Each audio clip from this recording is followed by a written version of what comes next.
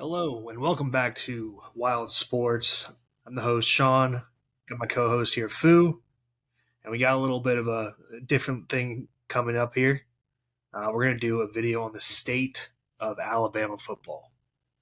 I'm going to kind of sit back a little bit. I'll give my intake here and there. Obviously, being the Bama grad, Bama fan since I've known you way back when, I want to let you take the lead and kind of lead the conversation. I'll bring my input here and there, just to kind of give a little prefix. Current situation, 2-1, tied for second in the Western Division. Finally chose a quarterback for now. Other than that, man, take it away. So obviously we know there's a lot of fuss going on around, obviously the state of Alabama, but really throughout the nation of the state of Alabama football. I'm not completely panicking yet on it. I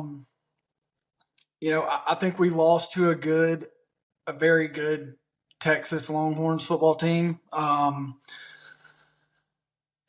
saw a lot of chirping pregame stuff about it, about their roster and how Texas has, 10 plus players that are looking to be drafted, and the only teams that have had that in the past have been, playoff and national championship teams. So, the loss to Texas. Off, I completely agree there. They've got plenty of talent, both sides of the ball. Their talent from previous years is performing very well in the NFL today. So, I mean, the talent's definitely there. I like the coaching staff out there as well. Texas is definitely a great team. So I don't think losing to Texas, even though it's at home, even though y'all are Bama, is, the end all be all. Yeah. And look, I think, there's a lot of fans, and myself included in some ways, that have been spoiled by I remember going into Bryant Denny Stadium for years and years and years. I was at the Texas game, and there really wasn't a lot of worry in losing a football game. I mean, it could happen, but the team was going to have to catch lightning in a bottle. And I believe that's the state that we're in now, is that, you know what? And we saw it last year. It's nothing that we didn't see last year. We're not the dominating football team of the years before. I think we have a really good roster. I think we have a lot of good skill position. I think we have a lot of talent on the field. Let's go through that roster a little bit. Let's just kind of jump in. I think the offensive line is massive. I think they're big human beings. I haven't really intently watched too much. How's the technique? How are they looking? Are they more pro run? Are they more for a pass? Pretty even. I mean, I think it's pretty even. It's tough to tell. They've been struggling a little bit.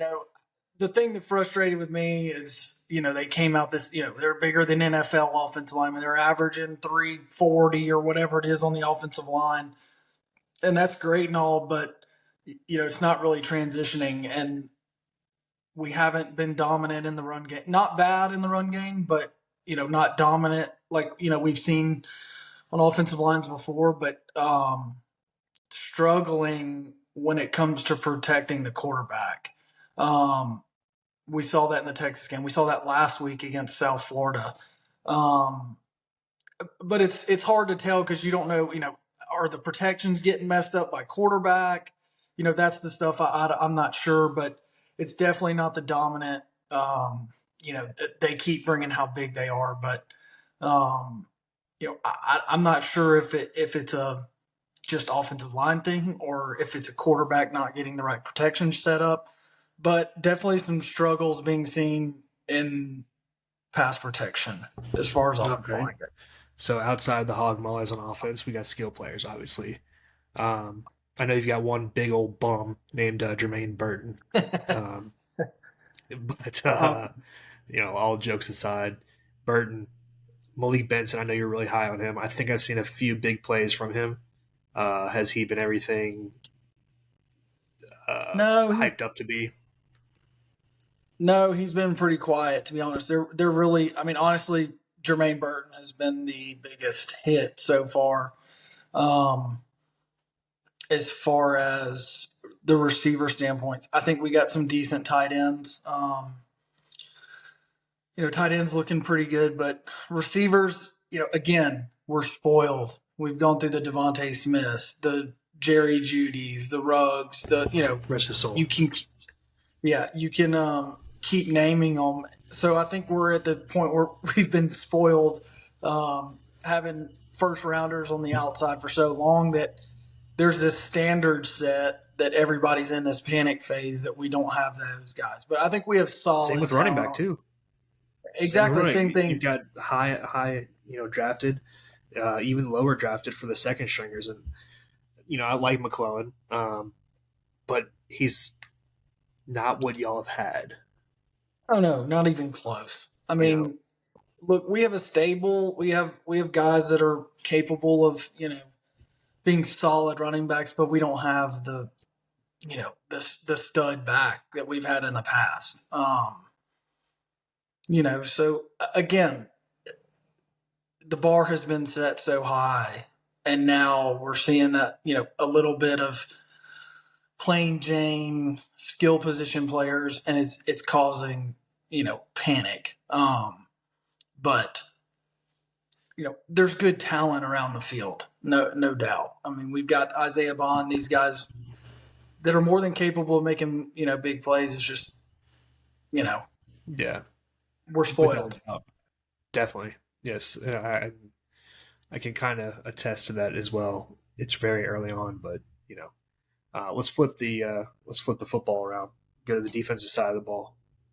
Um, Lost a lot of production on the D line slash I guess linebacker area. I always considered him a D lineman, even though he was an outside linebacker. Um, Wow. but has someone stepped up? Dallas Turner. I always hear that name. We saw Dallas Turner last game. I mean, he was a absolute freak against South Florida. Had a mammoth game, but nowhere to be seen in the Texas game. No pass rush whatsoever. The Texas game. So again, it's there, but it's not consistent. So we need guys like that to step up. And a guy I'm really high on, I think could possibly be another one of the big time linebackers coming out of Alabama, Deontay Lawson. He is the real deal.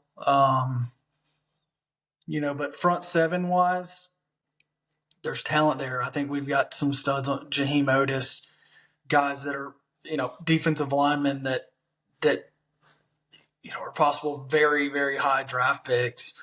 But the connections just not. It's like the puzzle pieces aren't coming together yet, and they need to quick, very quickly. I know with Saban's defense is usually corners and secondary overall are usually super super strong. I mean, the only name, well, no, I've heard Caleb Downs' name, but the name outside of that was Kool Aid. Is the only one I've heard of solely based on his name. Obviously, is there Yeah, secondary doing well?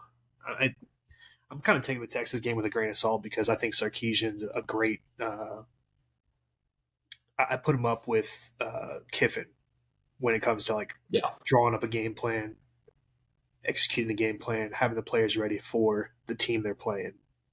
So I'm taking yeah, the success, Texas' success against Bama's defense and defenses or Bama's defense lacking as with a grain of salt because of how good at his job he is. yeah. I mean, I agree. I think that's a big portion of it. I mean, I think Sark is, a very good offensive mind, and he's again. Coach Saban said the same thing. These guys know, he coached at Alabama, so he knows the weaknesses that the things that we had trouble defending while he was there. He got to go against them in practice, so he knew some weaknesses. But still, it goes back to we've got the talent, but it's just not performing. You know, um, we gave up 21 points in the fourth quarter against Texas. played a pretty decent game for what? No pass rush, zero pass rush, but you know, good coverages at time, and then just complete breakdown. So I don't think it's a lack of talent. You know, it's just not clicking, and I don't know if that's is that a coaching thing. You Right. got new coordinators in there, Kevin Steele.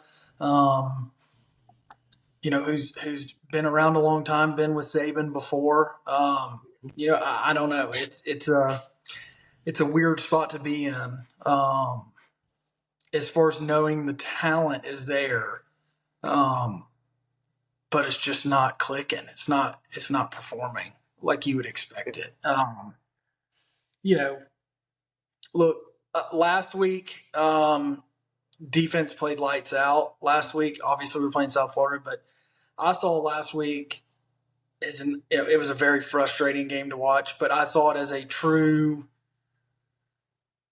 game where we were trying to see what we had at quarterback, and we've given Milrow, his run, and we were just going to test out in a game like this. No disrespect to South Florida, but give these guys a shot. And how Buckner ever has made it to Division One football, I don't know. I mean, like I said, I saw a kid on the beach. I was down at the beach watching that one, and there was an 8-year-old the day before throwing a football on the beach, and I think we put him in the number 8 uniform and let him play quarterback. I mean, I don't know how that kid ever. He did lost. I mean, he threw a 8-yard comeback route and threw it 3 yards short. It's just his release, everything. So I can tell you, we have taken him out. We've obviously put Milrow back in. I think we've realized probably that Milrow gives us the best shot. You know, but look, I'm not panicking yet. I'm really not. I think we're under the gun. I think big test this week against Ole Miss. We'll get into that in another video, but um, it's a big test in Tuscaloosa this weekend. I think this team's just got to get better. This is not the teams of the past that we've seen where it's just dominant from day one. It's going to be a building process for this football team, and our guys going to step up. And we don't have you have the run of Bryce Young, Mac Jones, Tua, Jalen, all guys who are starting on Sunday. And now you've got something that, look, the guy threw 2 bad interceptions against Texas, but other than that, he's played pretty darn well. He played pretty well that game. I was I trying to mean, watch the game while I was at a Phillies game, but yeah, I mean, he made mistakes, and I was interested to see how he'd bounce back, and he bounced back from them. He could have. he did the thing that I love.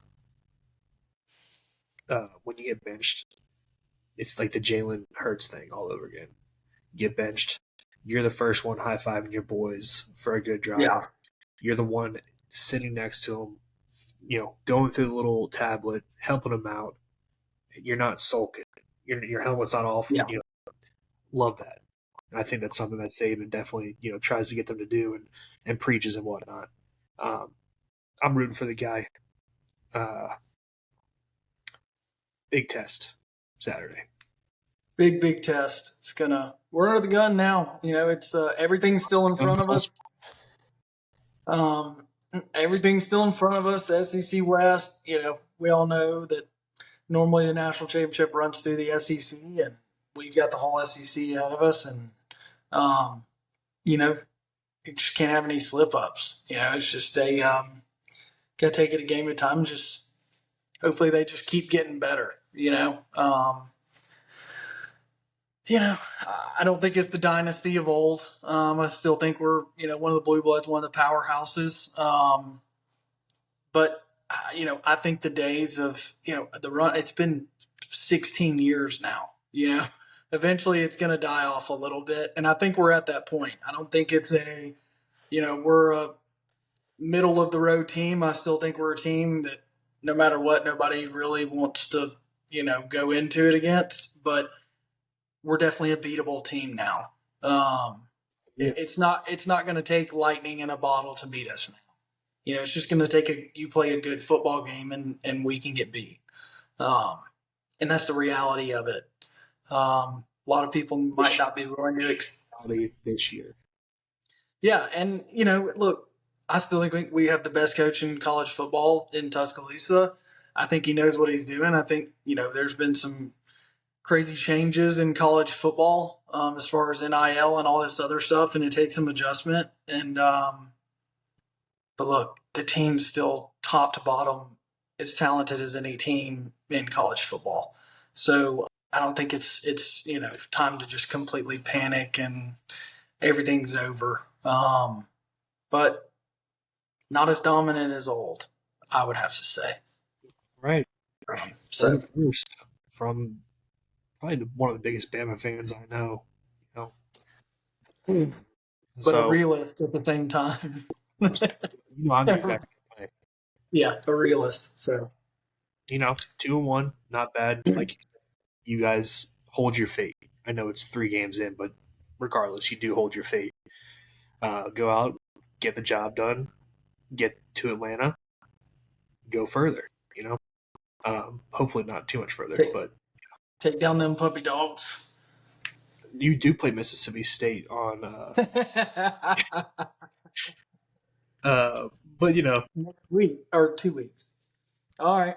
just so everyone knows, we are going to start a new thing as well. We're going to start doing previews of the Georgia and Alabama games weekly, as well as talk about the previous week's game pretty briefly in the same video. So y'all be on the lookout for that.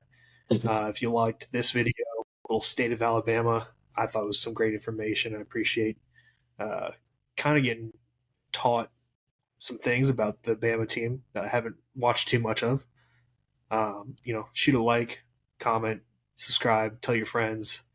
If you got any Bama friends, show them this video because Foo's about as real as it gets when it comes to explaining his team for sure. You got anything else, Foo? Nothing. Like, comment, subscribe, and roll tide no matter what. Go Dogs.